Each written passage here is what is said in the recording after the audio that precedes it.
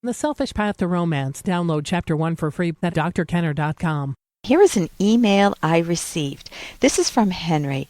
See what you would do. Have you ever been put in the bind where you feel like you have to choose between your kids or a romantic relationship, or your kids and going back to school?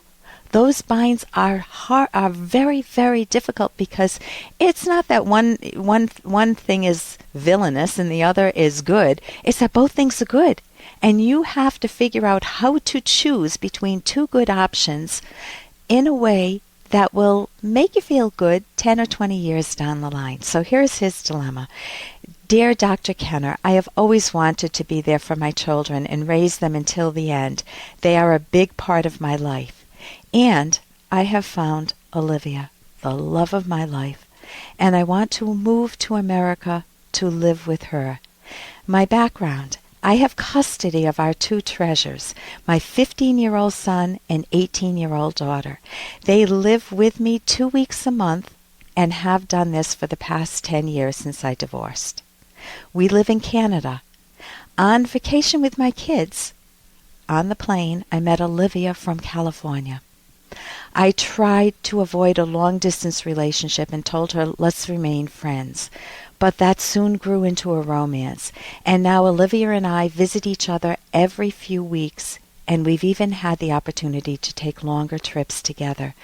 I love her immensely, and I cannot imagine myself with anyone else. She is a rare pearl, and I feel so much joy when I'm with her. Olivia also has a 20-year-old daughter who lives with her, and she does not want to settle in Canada. So here's my dilemma. When I focus on Olivia, I want to move to America right away and live with her. But I've got 2 kids, and one of them is going off to college next year, but the other one still has 3 years at home. And when I think of not being there for those final 3 years, it devastates me. I feel I will sorely regret it in the future. I fall apart. And I feel one way or another, whatever choice I make, I am going to be unhappy forever. So what do you recommend that I do? And this is from Henry.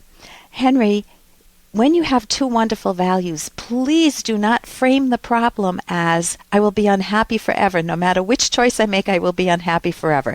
That's not fair to you, and it's not fair to your kids.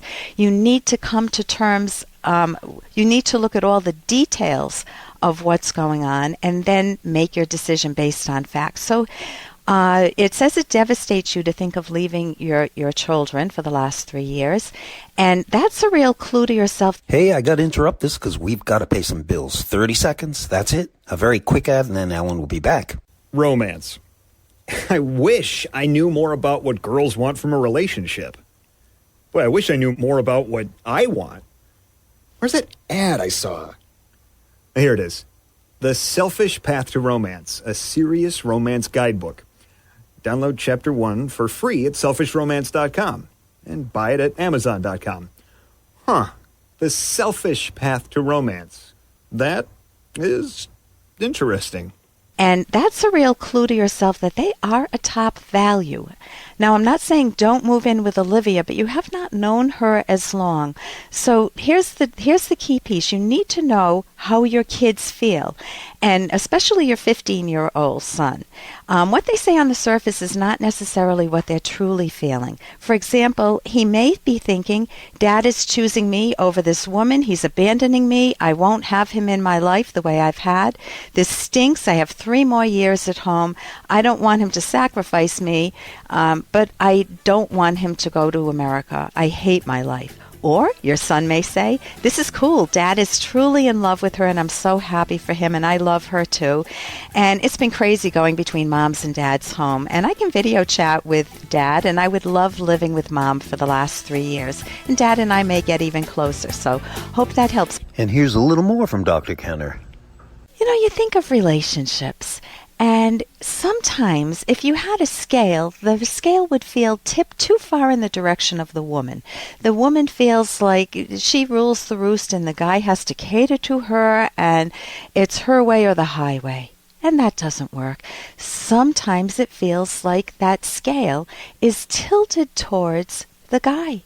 The husband or the partner feels like He rules the roost, and the woman buys into that, and it doesn't feel right. It feels like one is a slave to the other, even though it's supposed to be a romantic relationship. Well, what is the alternative? I want to read you a quote from Ayn Rand, my favorite book. This is from Atlas Shrugged, which is my favorite book.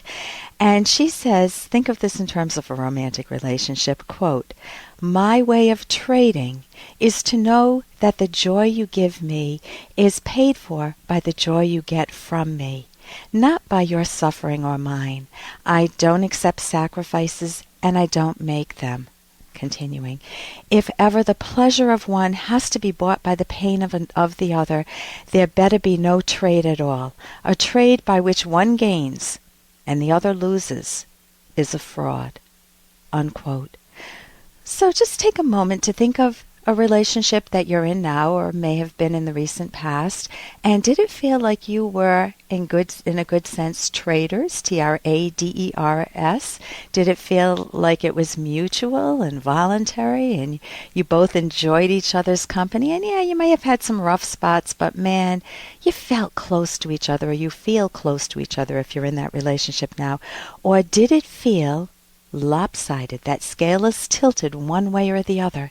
And if that's the case, take a close look at your relationship and try to think of what the next step would be to make the relationship more balanced. Maybe you need to talk about something important that you've been hiding from your partner, or something that you feel afraid to express. Don't be afraid.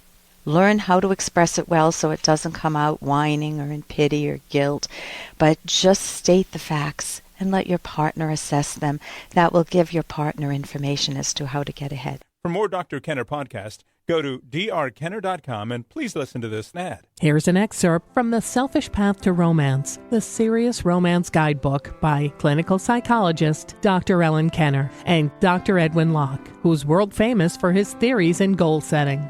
To have a thriving romantic relationship does not mean you must always be chained together. Feeling a sense of relief when your partner goes on a trip does not necessarily mean you don't love that person. Maybe you need some private time, just as your partner does occasionally. If you always want your partner to leave town, that's a different matter. In a thriving relationship, you will always be glad to see your partner come home. You'll be happy you had some time to yourself and will feel reinvigorated romantically. Obviously, we don't condone sneakiness, irrationality, or any type of dishonesty during those times that you're on your own.